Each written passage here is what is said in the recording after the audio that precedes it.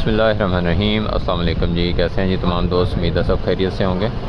अच्छा, ये आजकल लूसन की कॉस्ट चल रही है, तो अक्सर साथियों का सवाल होता है कि सीड कौन सा लगाएं। तो जो मैं लगा रहा हूँ, मैं तो वही आपको बता सकता हूँ। ये अल नूर सीड कॉरपोरेशन है सादिकाबाद में, तो उनसे मैं सीड लेता हूँ। ये किंग लूसन बीच के नाम से सरगोदा रिसर्च इंस्टीट्यूट जो है ना, उसका सीड होता है इनके पास। तो अभी इस वक्त जो रेट है वो बता रहे हैं कि लास्ट गर्मियों में क्योंकि सीड तैयार नहीं हुआ तो इस बार रेट ज़रा ज़्यादा है। तो 3000 रुपये इस टाइम इनका रेट है। तो मैं तो यही काश्त करता हूँ और तकरीबन अच्छी काश्त इनकी है। उगाव भी अच्छा है, पत्ता वगैरह भी अच्छा होता है। ये इनका नंबर है, इस नंबर पे आप रब्ता करके कहीं भी मंगवा सकते हैं इनसे, ऑनलाइन भेज देते हैं।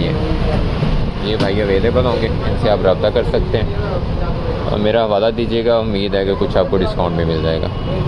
दुआ में याद रखें जी, अपने जानवरों का ख्याल रखें। अल्लाह हाफ़िज़।